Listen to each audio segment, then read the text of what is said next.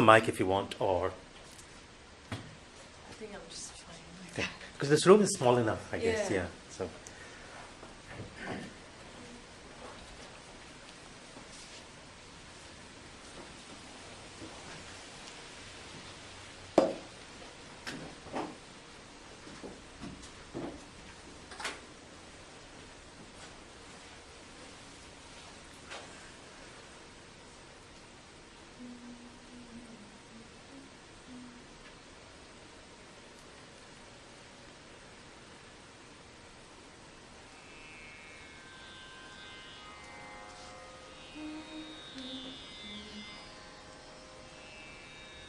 कस्तूरी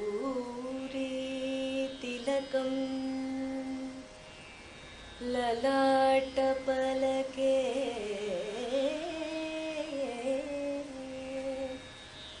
वक्षस्थले कौस्तुभम् नासाग्रे नवमौक्तिकम्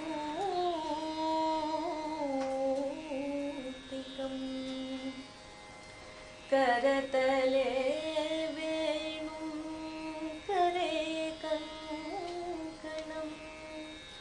सर्वाङ्गे हरिचन्दनं च कलयन् गोपस्त्री परिवेष्टितो विजयते गोपालचूडामणि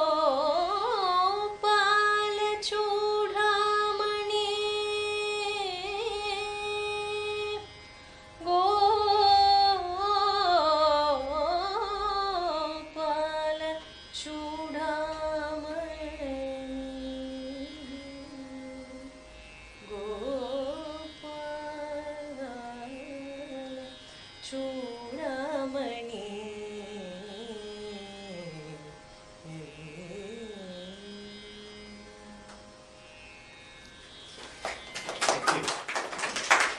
Thank you, that was lovely. I'll let Ankit introduce Swamiji and his own, I guess, journey through the process, and then we'll sit back and listen to Swamiji. Sure. Thanks, Satish. So, first of all, I would like to welcome you all to this Fireside Bytes event in this rainy weather. And so, thank you, and thank you, Swamiji, for coming. Today, the topic is managing is about stress. Stress, which and this is the thing which we deal almost on a regular basis.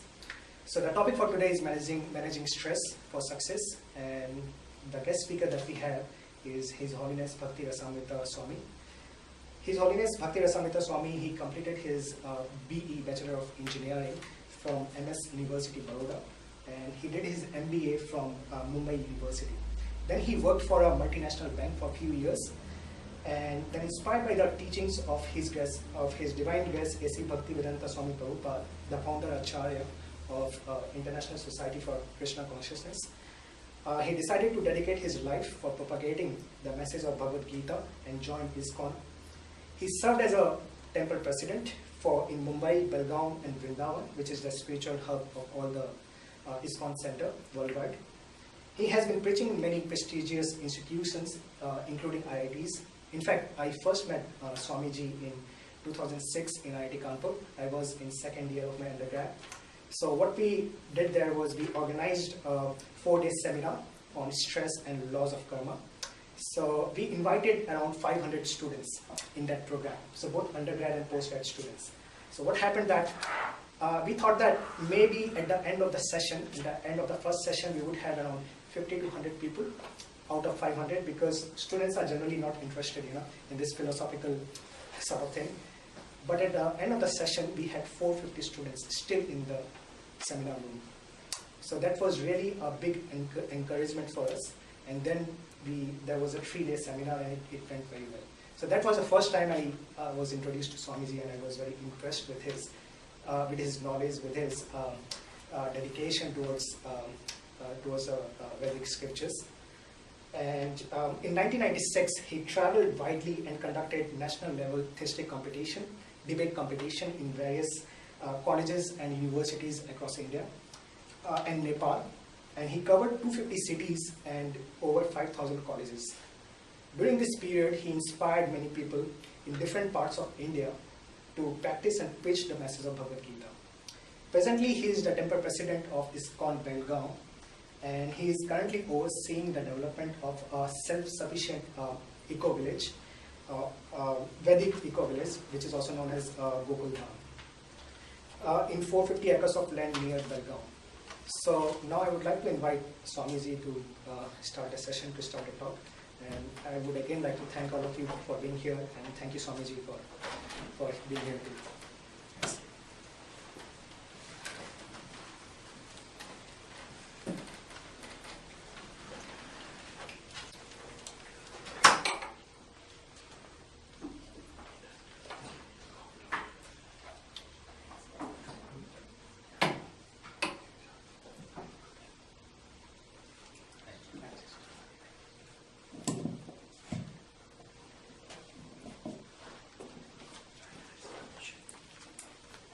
ज्ञानतिमिरान्धस्य ज्ञानाञ्जनशलाकया चक्षुरुन्मीलितं येन तस्मै श्रीगुरवे नमः।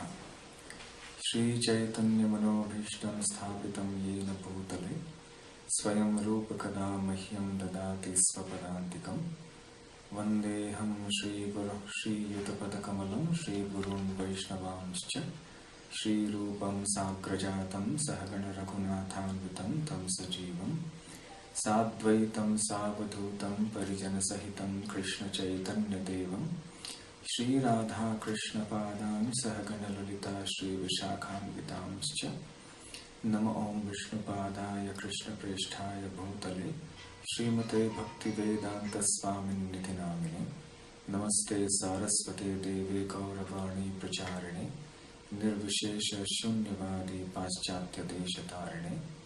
वाञ्छाकल्पतरुभ्यश्च कृपा सिन्धुभ्य एव च पतितानां पावनेभ्यो वैष्णवेभ्यो नमो नमः।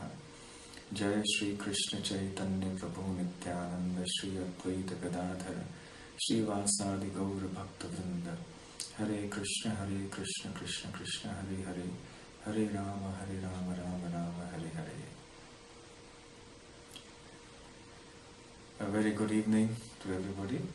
I am very happy to be here at the IIT Alumni Association of Sydney. When this program was arranged, I was pleasantly surprised. I had not anticipated that there would be such an association here. But of course, IIT alumni are everywhere, all over the world.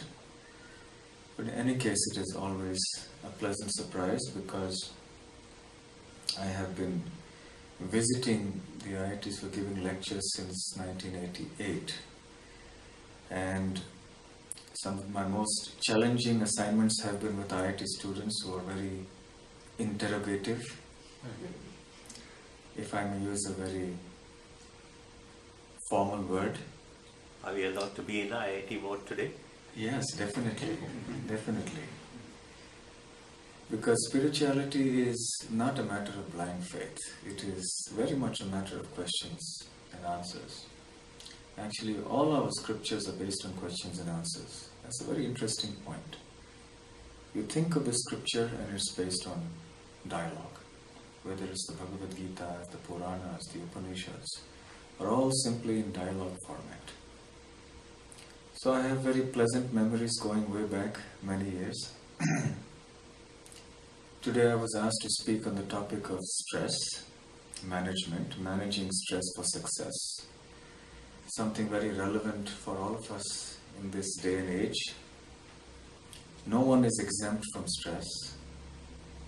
Sometimes people approach me and say, well, you know, when I invite them, why don't you come for some lectures, spiritual lectures? They say, you know, our life is so full of stress, but for you sadhus it's all right.